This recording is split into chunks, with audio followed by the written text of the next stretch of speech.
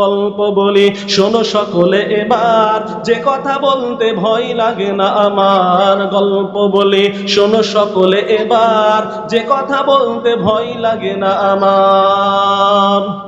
নেতাদের মোবাইলে হ্যালোর বলে, সন্ত্রাসী চাঁদাবাজি থাকে না জেলে, ঠিক না? নেতাদের মোবাইলে হ্যালোর বলে, সন্ত্রাসী চাঁদাবাজি থাকে না জেলে। তাই দুর্নীতি দমনে এসো এক ভবনে, দুর্নীতি দমনে এসো এক ভবনে, বাতিলের ছয়লা বরুখব এবার। গল্প বলি শোনো সকলে এবার, যে কথা বলতে ভয় লাগে না আমার। ভয় করে কি হবে, মরতেই তো হবে।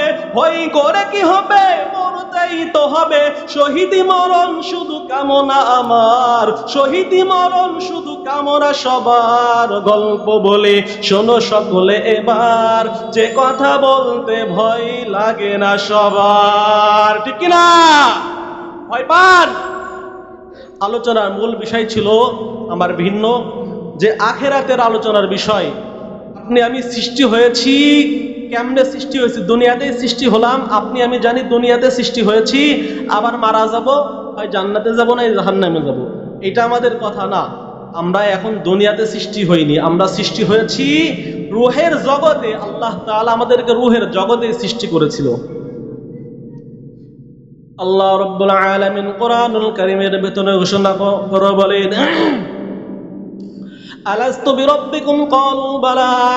কোরআনের হাফেজ সাহেব এখানে বসে আছে। আল্লাহ কোরআনুল কারীমের ভিতরে এই আয়াত কি জন্য নিয়ে আসছে, এই আয়াতের শানে নজুল কি, সেইটা একটু দেখতে হবে। আয়াতের শানে নজুল, এই আয়াত নাজিল করা হয় রূহ সম্পর্কে।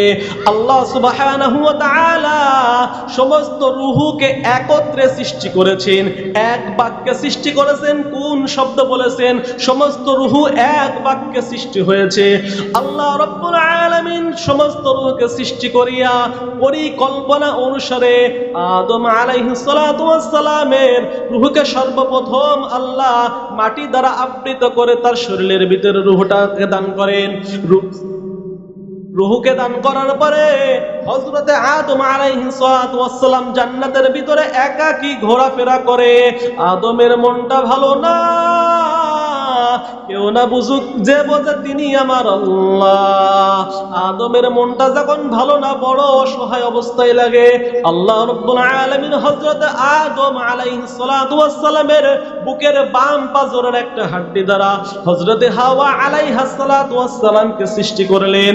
আল্লাহ রাব্বুল আলামিন হযরত আদম আর হাওয়াকে জান্নাতের ভিতরে বসবাস করার জন্য দিলেন। জান্নাতের ভিতরে বসবাস করতে করতে আল্লাহর ফয়সালা ক্রমে দুনিয়ার বুকে পদার্পণ হলো। লম্বা ইতিহাস সকলেই জন্ম থেকে শুনে আসছি, ইতিহাস বলা আমার উদ্দেশ্য না। রূহুর সৃষ্টি হলো কখন, ওই রূহ কিভাবে আবার জান্নাতে ফিরে যাবে? আমাদের সকলের থাকার কথা ছিল জান্নাতের মধ্যে, কিন্তু আমরা আল্লাহর ফয়সালা ক্রমে দুনিয়ার মধ্য দিয়ে ঘুরতেছি।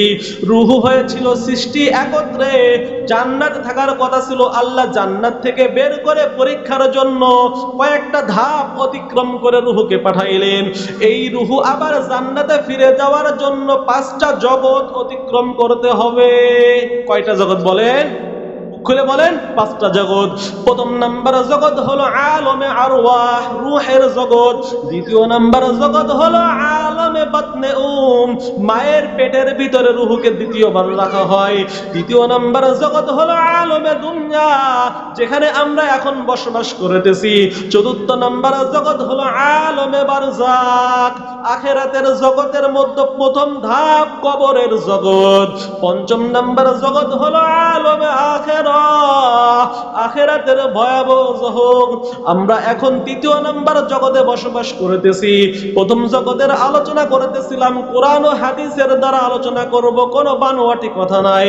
আল্লাহ রাব্বুল আলামিন সমস্ত রূহকে সৃষ্টি করার পরে একবার জিজ্ঞাসা করলেন, আলাস্তু বিরাব্বিকুম, ও রূহরা আমি কি তোমাদের রব নই?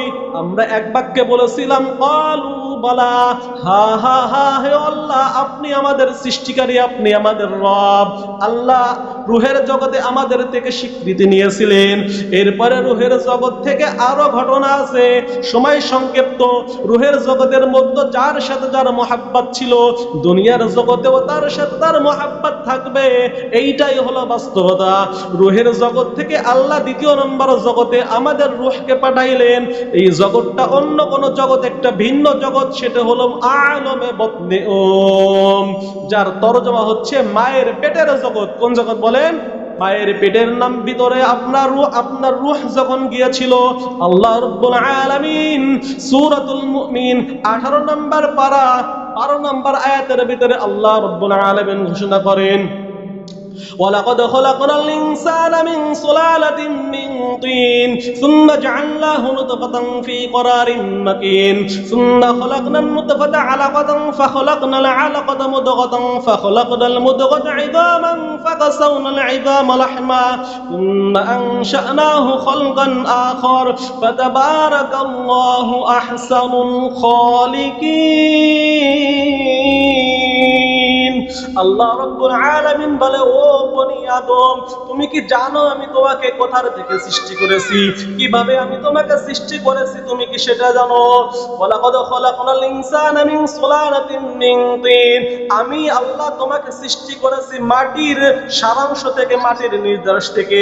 মাটির নির্দেশ থেকে আল্লাহ কেমনে তৈরি করলো? প্রশ্ন আসে কি আসে না বলেন?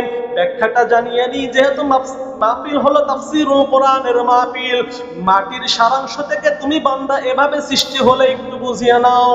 আমরা একটা ফল খাই, ফলের ভিতরে কি আছে বলেন? শক্তি আছে। ওই শক্তির দ্বারা কি তৈরি হয়?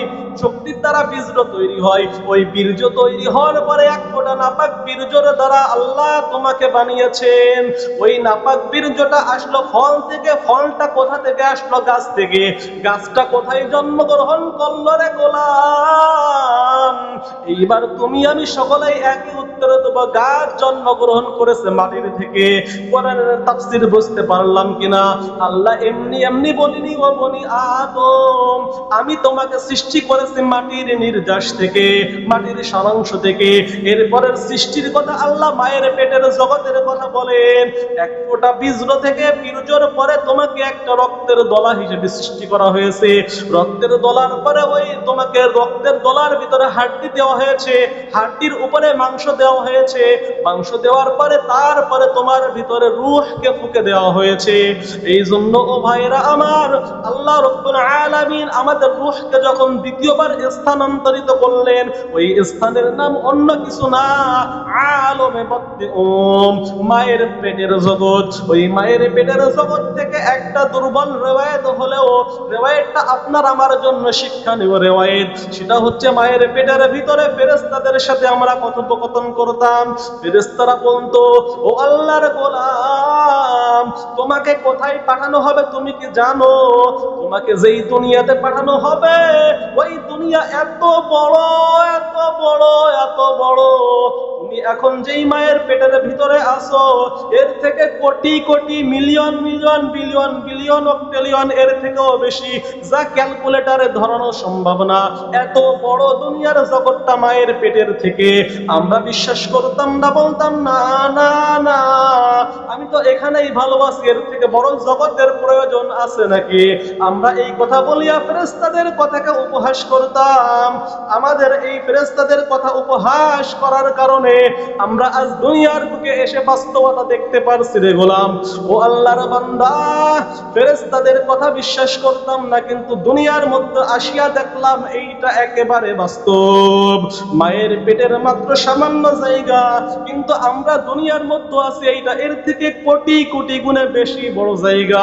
ফেরেশতারা তখন বলতো, ও আল্লাহর গোলাম, দুনিয়ার মধ্যে যাওয়ার পরে তোমাকে এমন ফল ভক্ষণ করতে দেওয়া হবে, যেই ফল তুমি এখন যেই আকৃতিতে আছো, এর থেকেও অনেক বড় আকৃতির ফল। আমরা ভাবতাম এইটা কেমনে সম্ভব হবে, আমার থেকেও বড় ফল হইতে পারে। এইরকম ভাবে দুনিয়ার মধ্যে যখন আসিয়া দেখলাম, একটা গাছের কাঁঠাল এত বড় বড় কাঁঠাল হয়। ওই আপনি আমি যখন মায়ের পেট থেকে জন্মগ্রহণ করেছিলাম, মাত্র এতটুকু ছিলাম। আর একটা কাঁঠাল ফল এর থেকেও 2-3 গুণ বড়। শুধু কাঁঠাল ফল নাই, কাঁঠাল ফল নয়, বরং বাইরের আমাদের দেশে বড় বড় তরমুজ হয় যা কাঁঠালের থেকেও বড়, অনেক বড় ফল যারা নেট রিসার্চ করে চলেন তারা দেখেছেন, অনেক বড় বড় ফল দুনিয়ার বুকে আল্লাহ সৃষ্টি করেছেন যা মায়ের পেটের ওই বাচ্চার থেকেও অনেক গুণে বড়। কি বড় না বলেন? ফেরেশতাদের কথা দুনিয়ার বুকে বাস্তবিক। ঠিক একই রকম ভাবে দুনিয়ার বুকে মসজিদের ইমাম সাহেব এই রকম ভাবে মাহফিলের বক্তারা আমাদেরকে শোনায়, ও আল্লাহর গোলাম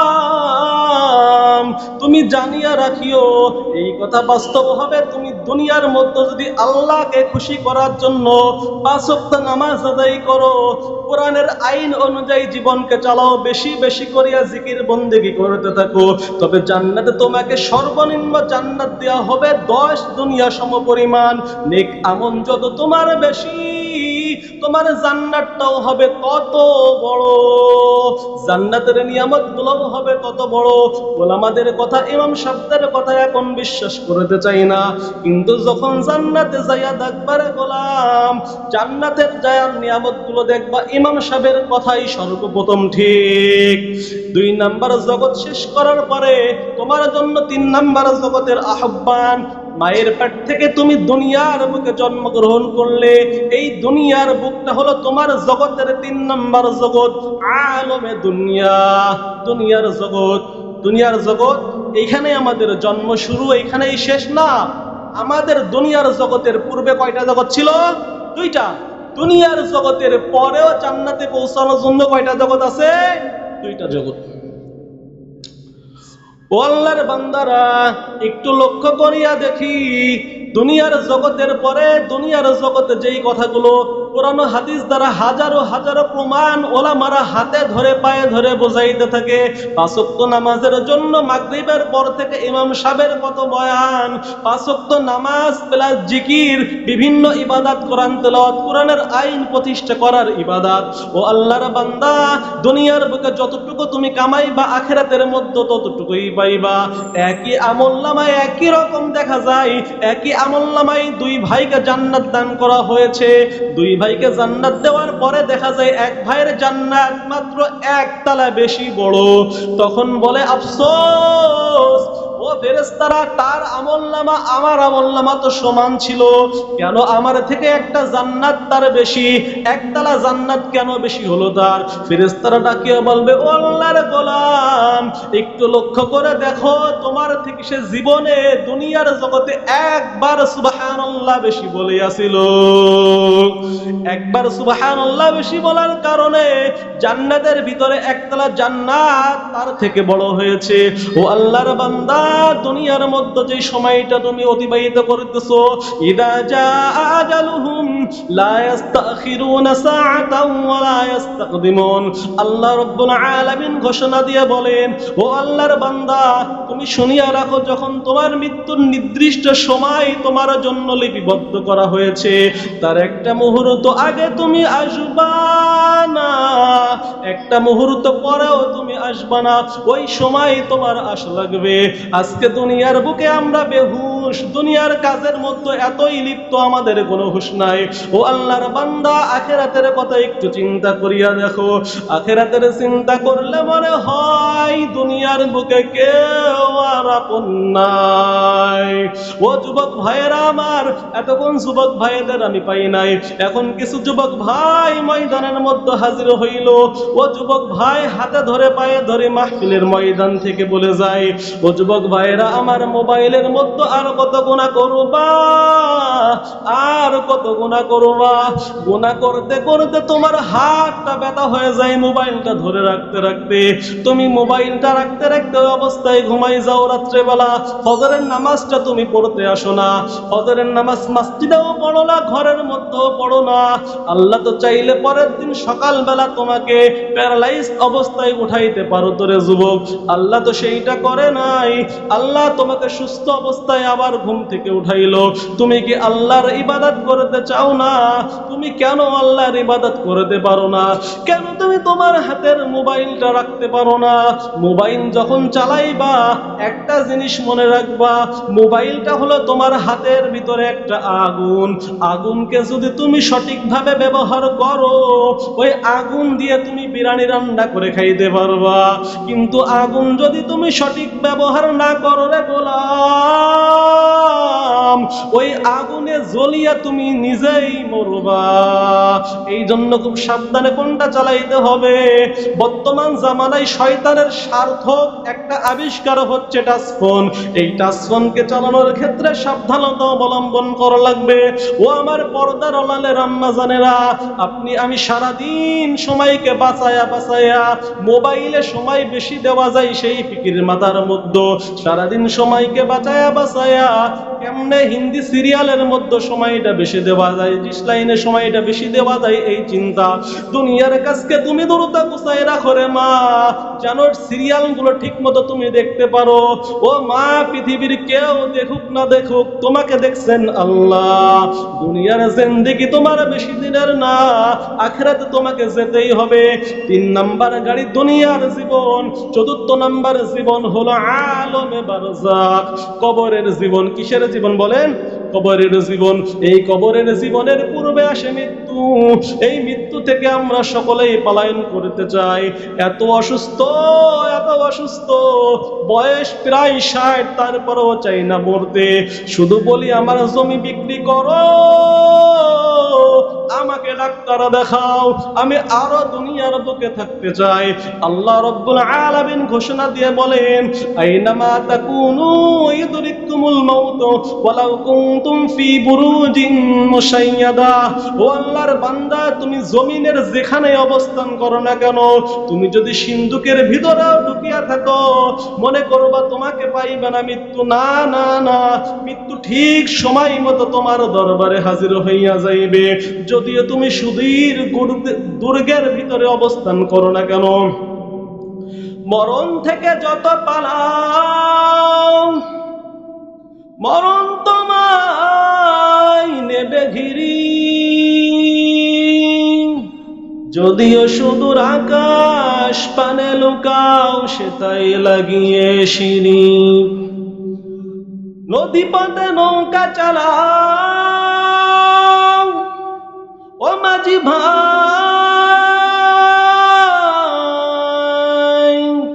বেলা ডোবার আগে আমি ওপার উঠতে চাই। ডুবে গেলে বেলা রে আর ওঠে না,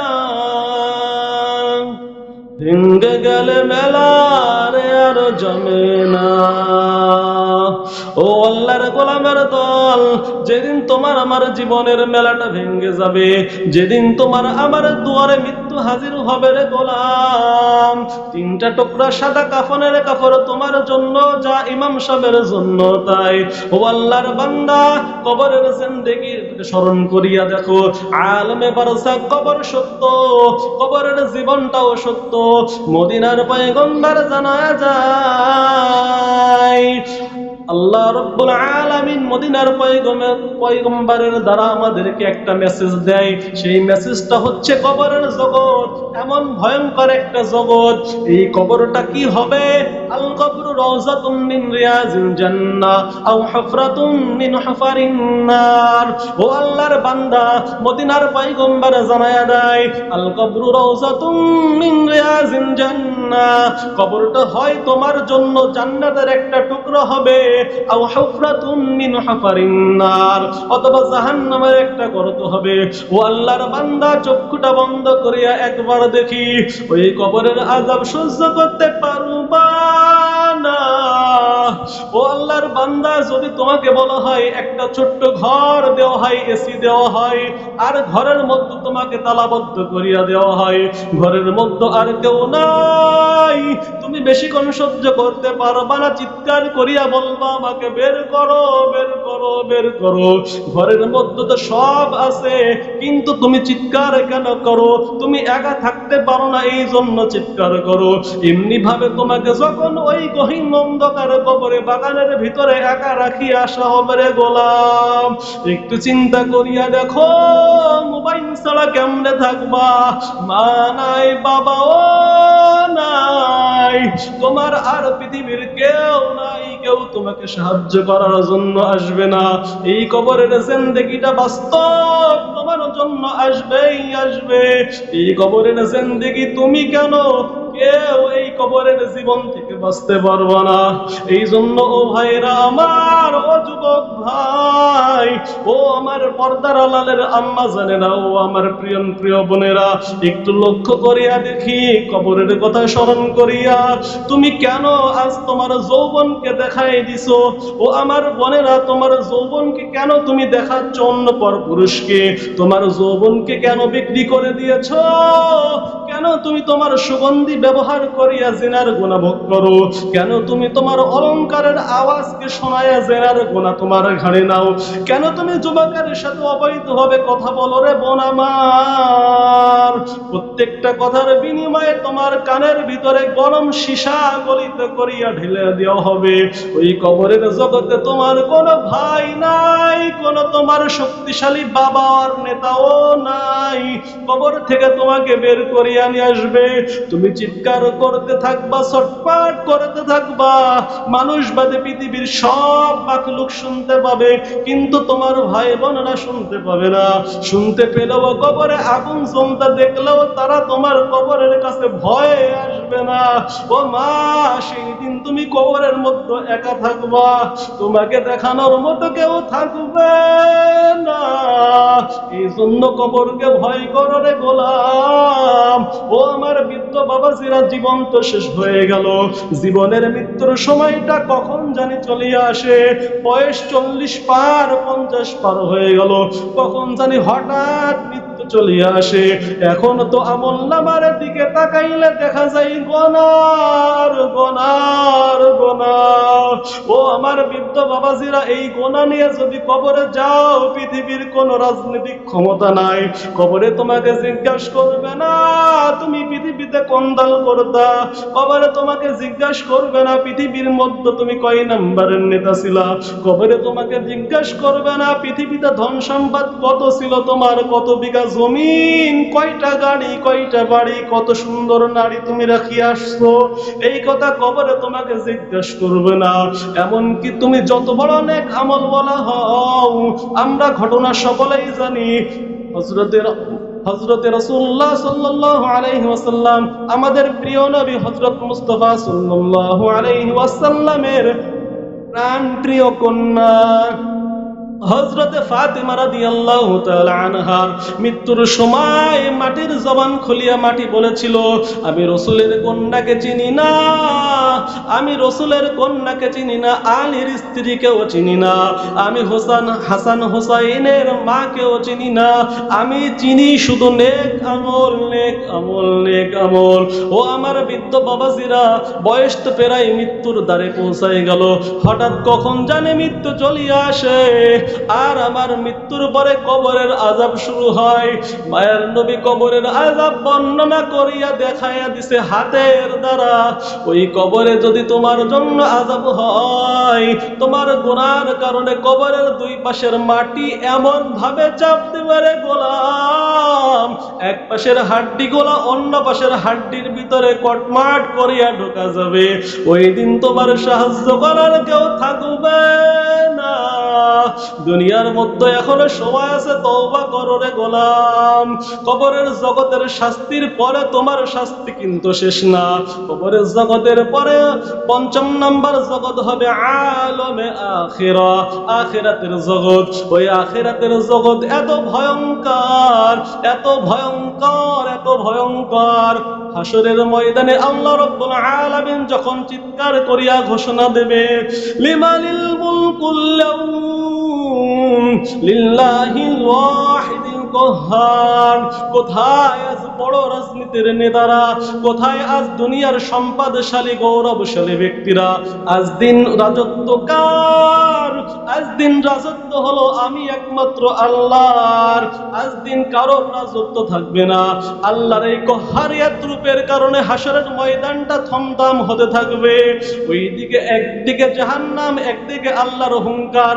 জাহান্নাম ছটফট করতে থাকবে, বলবে জাহান্নামীরা কই, জাহান্নামীরা কই। কই।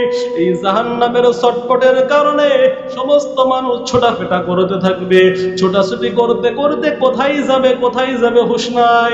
সমস্ত মানুষ নবীরা পর্যন্ত বলবে ইয়া নফসি ইয়া নফসি, ও আল্লাহ আমাকে বাঁচাও, ও আল্লাহ আমাকে বাঁচাও, ও আল্লাহ। জাহান্নাম হুঙ্কার ছেড়ে বলবে আমার জাহান্নামীরা কই, আমি জাহান্নামীকে খাবো। আল্লাহ জাহান্নামকে বলবে ও জাহান্নাম একটু ধৈর্য ধরিয়া থাক, আমি আল্লাহ হাসরের ময়দানের বিচার শেষ করিয়া তোর খাবারগুলো আমি আল্লাহ তোকে দিয়া দিব। জাহান্নাম কথা শুনতে চাই না, জাহান্নাম বলে হাল মিন মাজিদ, হাল মিন মাজিদ, ও আল্লাহ আমার খাবার কই, জাহান্নামীরা খাবার কই। এই সময় মদিনার নবী সিজদায় পড়িয়া বলবে ও মালিক জাহান্নামকে ঠেকাও, জাহান্নামকে ঠেকাও, জাহান্নামকে ফিরাও, জাহান্নাম যেন আমার কোন উম্মতকে গিলিয়া না ফেলে। ও মালিক তুমি জাহান্নামকে ঠেকাও। আল্লাহর নবী যখন এই দোয়া করতে থাকবে আল্লাহ রব্বুল আলামিন বলবো ও ফেরেশতারা জাহান্নামকে ধরিয়া রাখো। ফেরেশতারা জাহান্নামকে 70,000 শক্তিশালী ফেরেশতা জাহান্নামকে ঠেকাইতে পারে না। বলে ও আল্লাহ জাহান্নামকে আর ঠেকাইতে পারতেছি না। আল্লাহ বলবে ও ফেরেশতারা আমার কাছে আসিয়া এই পানিটুকু নিয়ে যাও। বলবে ও আল্লাহ এই পানি দিয়ে কি করব? বলো এই পানিটা জাহান্নামের উপরে ছিটায়া দাও।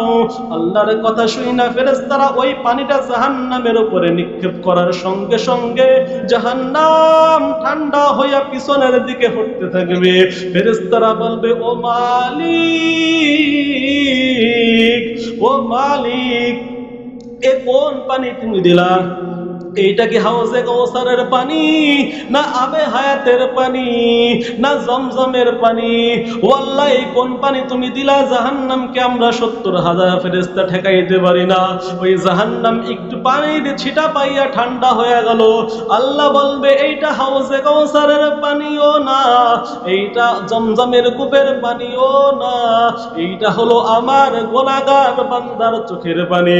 গুনাহগার বান্দা যখন জাহান্নামের কথা শুনিয়া, জাহান্নামের ওয়াজ শুনিয়া চোখের পানি যখন বের করে, আমি আল্লাহ ওই পানিটা বৃথা যাইতে দেই নাই, আমি আল্লাহ ওই পানিকে সংরক্ষণ করে রেখেছিলাম।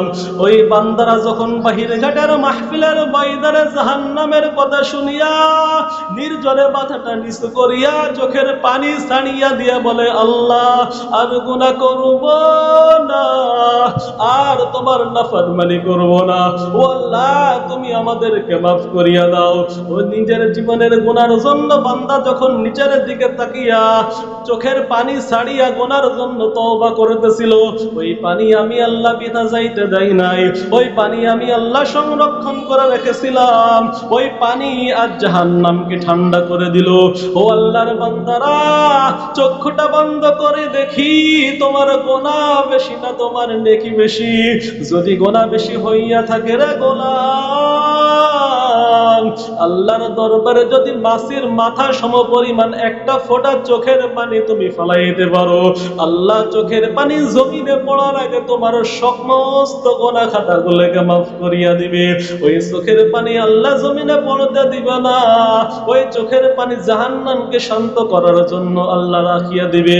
ও আল্লাহর বান্দারা আর কত গুনাহ করবা, আর কত গুনাহ করবা? গুনাহ করতে করতে তোমার জিন্দেগি শেষ হয়ে গেল। আমলনামার দিকে তাকাইলে শুধু গুনাহ আর গুনাহ আর গুনাহ। আল্লাহ রাব্বুল আলামিন আমাদের সকলকে সকল প্রকার গুনাহ থেকে হেফাজত করে আল্লাহর কাছে বেশি বেশি করে তাওবা করার তৌফিক দান করুন।